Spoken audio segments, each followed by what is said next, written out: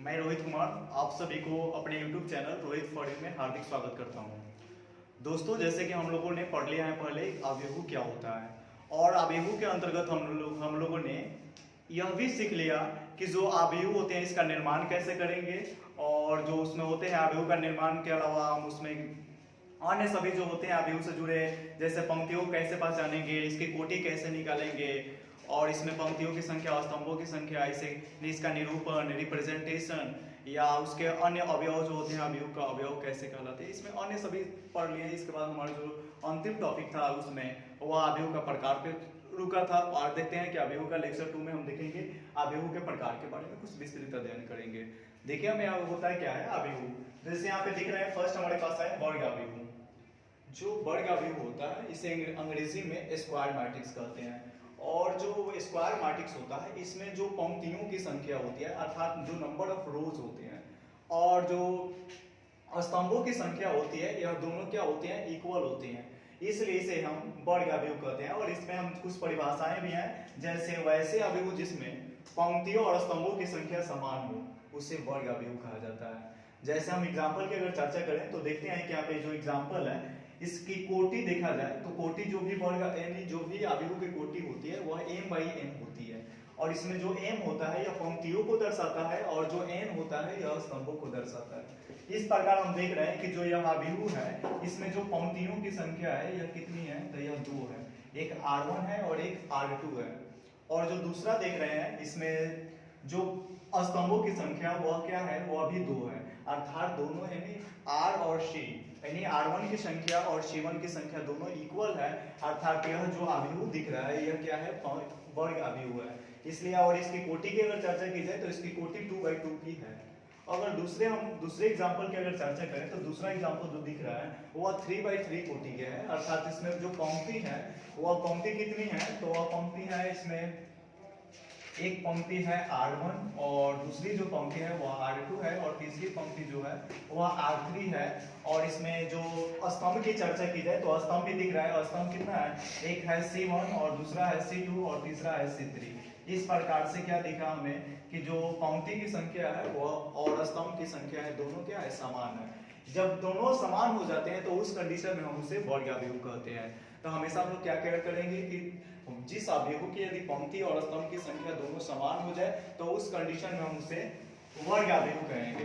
ठीक है, आगे देखते हैं दूसरा जो हमारे पास है वह है पंक्ति आबेहू। जैसे कि आप लोगों ने पढ़ा, आप लोगों ने यह पढ़ा कि पंक्ति क्या होती है, इसकी पहचान भी जान चुके हैं।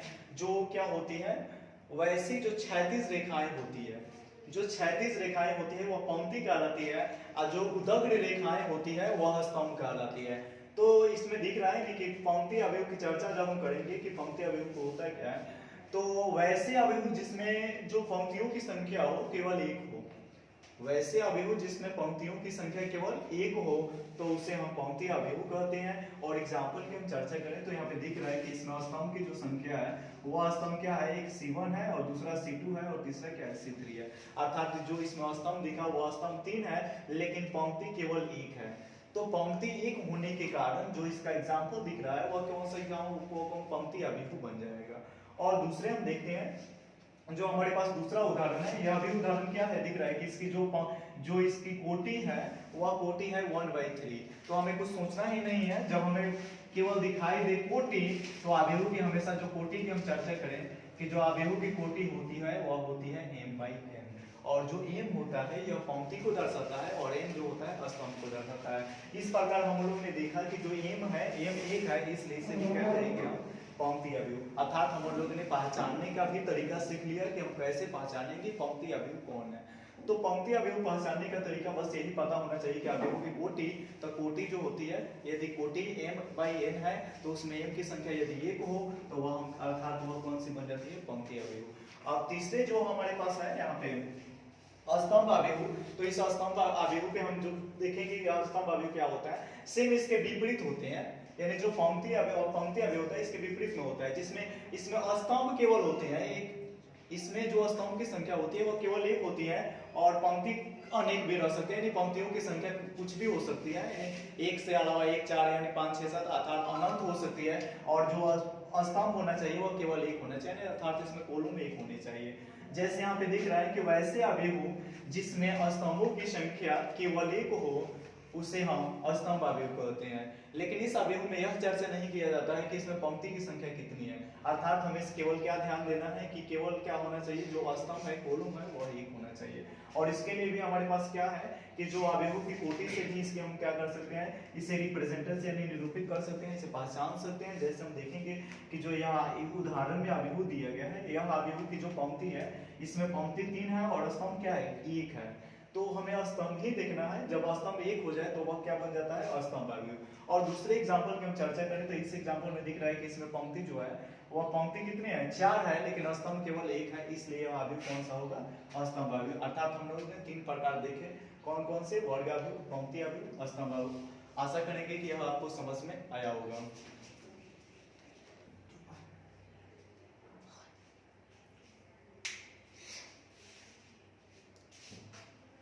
हम लोगों ने वहाँ वर्ग अवयव, पंक्ति अवयव और स्तंभ अवयव को पढ़ लिए, और इसके बाद हम देखते हैं कि क्षैतिज अवयव क्या होता है।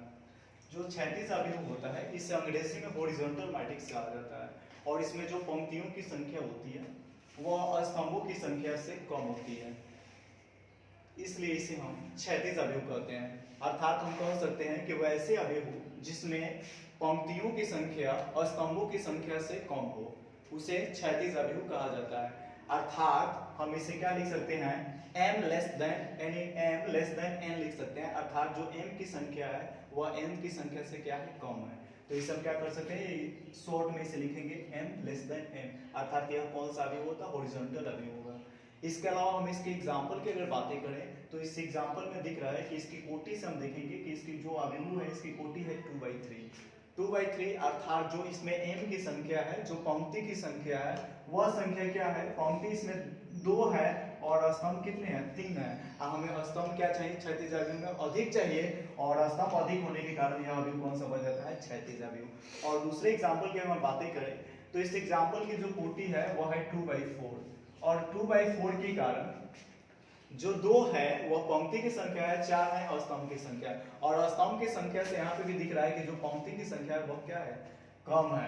अर्थात जहां भी दिखाई दे यानी जिस अवयव में हमें क्या मिले कि उसमें पंक्ति की संख्या और स्तंभ की संख्या से कम मिले तो वह बन जाता है क्षैतिज अवयव, और दूसरे अवयव की हम अगर यदि चर्चा करें तो वह बन जाता है उदग्र अवयव।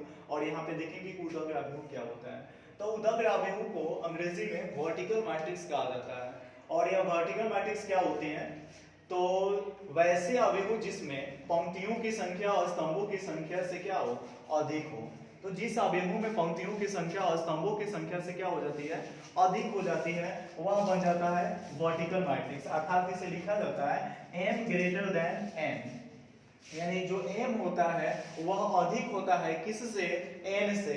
तो हमें यह भी पता है जो m है यह पंक्ति की संख्या होती है और n जो होती है स्तंभ की संख्या होती है। इस प्रकार यदि हम एग्जांपल की जो बातें करें तो इसमें एग्जांपल दिख रहा है कि अवयव की कोटि m/n होती है, और जो n की संख्या है वह 3 है और n की जो संख्या है वह क्या है, 2 है। अर्थात यह जो उदाहरण दिया गया है, उदाहरण कौन सा है, यह उदग्र अवयव का उदाहरण है। और दूसरे हम अवयव की यदि चर्चा करें तो इसमें जो पंक्ति है वह 4 है और स्तंभ कितने हैं, 3 है। तो स्तंभ कम है और पंक्ति अधिक है, इसलिए इसे कौन से अवयव के अंतर्गत रखा जाता है, उदग्र अवयव।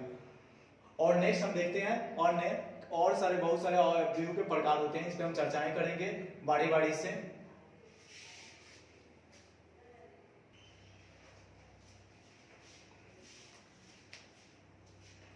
और इसके बाद हम लोगों ने चर्चा की है जो अवयवों का प्रकार हम लोग पढ़ रहे हैं। इसके अलावा आगे का जो हमारे अवयवों का प्रकार है वह है शून्य अवयव। अर्थात शून्य से हम लोग पहले से ही परिचित हैं कि शून्य होता क्या है। अर्थात जहां भी हमें क्या दिखाई दे, इस प्रकार के कोई सिंबल दिखाई देता है तो इसी सिंबल को हम क्या कहते हैं, शून्य अवयव। और इससे हम लोग क्या करें, समझ भी चुके हैं कि जो शून्य के अलावा अर्थात शून्य अवयव कैसे होंगे या कैसा होगा, अर्थात जिसमें पंक्ति हो, स्तंभ हो, ऑलरेडी क्या होना चाहिए, शून्य होना चाहिए। जैसे हम लोग यदि परिभाषा की बातें करें तो वैसे अवयव जिसके प्रत्येक अवयव क्या हो, शून्य हो, तो उसे शून्य अवयव कहा जाता है। या तो वो बर्गा बिहू हो या दिशा बिहू हो या अन्य किसी भी प्रकार के अवयव हो, यदि प्रत्येक अवयव शून्य दिखाई देता है तो वह क्या कहलाता है, शून्य अवयव कहलाता है। और इसमें हम देख रहे हैं कि जो इसमें प्रत्येक अवयव अर्थात आई और जे सभी क्या हो, शून्य हो। एग्जाम्पल की बातें करें तो इसकी जो कोटि है वह कोटि 2/2 की है, और इसके अलावा हम क्या कर सकते हैं, अन्य कोटि भी निकाल सकते हैं शून्य अवयव की। नेक्स्ट हम तीसरे जो अन्य है जो हमारा प्रकार उसमें दिख रहे हैं कि जो इकाई अवयव, इकाई अवयव को हम तत्समक अवयव कहते हैं। और इसे क्या होता है तो देखेंगे यहाँ पे जो इकाई अवयव होते हैं वैसे अवयव यानी जिसके मुख्य विकर्ण को छोड़कर, यानी मुख्य विकर्ण क्या होना चाहिए, केवल एक होना चाहिए, उसको छोड़कर बाकी सभी अवयव क्या होना चाहिए, शून्य होना चाहिए, तो वह क्या कहलाता है, तत्समक या इकाई अवयव कहलाता है। और इसका जो इसे आई से सूचित करते हैं,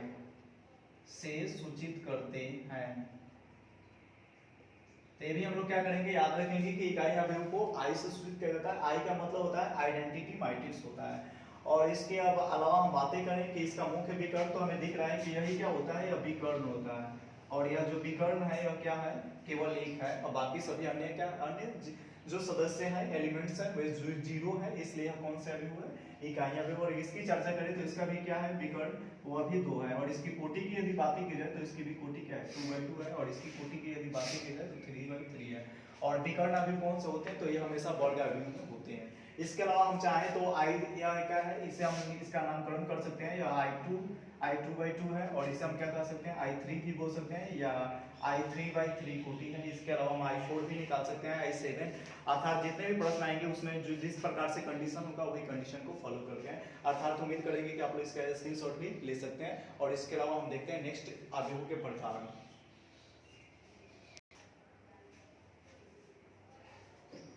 हम लोगों ने सभी अवयव के प्रकार जो है उसे देख लिया, और लास्ट जो हमें अवयव का प्रकार पढ़ना है वह अवयव है विकर्ण अवयव। इसके अलावा जो भी अवयव का प्रकार बचेगा इसे हम सिलेबस के साथ क्या करेंगे, एक ऐड करके भी पढ़ाते रहेंगे, और इसमें देखेंगे कि विकर्ण अवयव क्या होता है।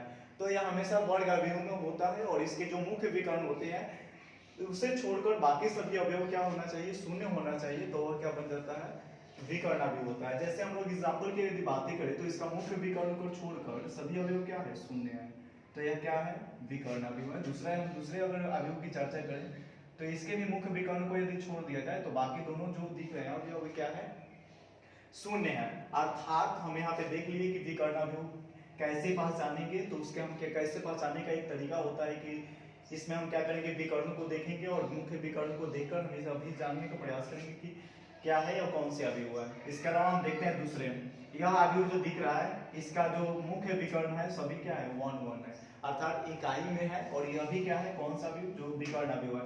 लेकिन यहाँ पे कंडीशन भी बन जाता है कि क्या प्रत्येक इकाई अवयव विकर्ण अवयव होते हैं, तो यहाँ पे देख लेंगे कि जो प्रत्येक इकाई अवयव होते हैं वह विकर्ण अवयव होते हैं, लेकिन प्रत्येक विकर्ण अवयव तत्समक या इकाई अवयव नहीं होते हैं। तो इस बात को हम हमेशा क्या करेंगे, याद रखेंगे, इसलिए हम इसे नोट डाउन भी करेंगे।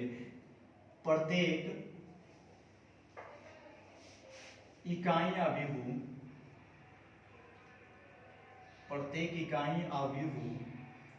विकर्ण अवयव होते हैं, विकर्ण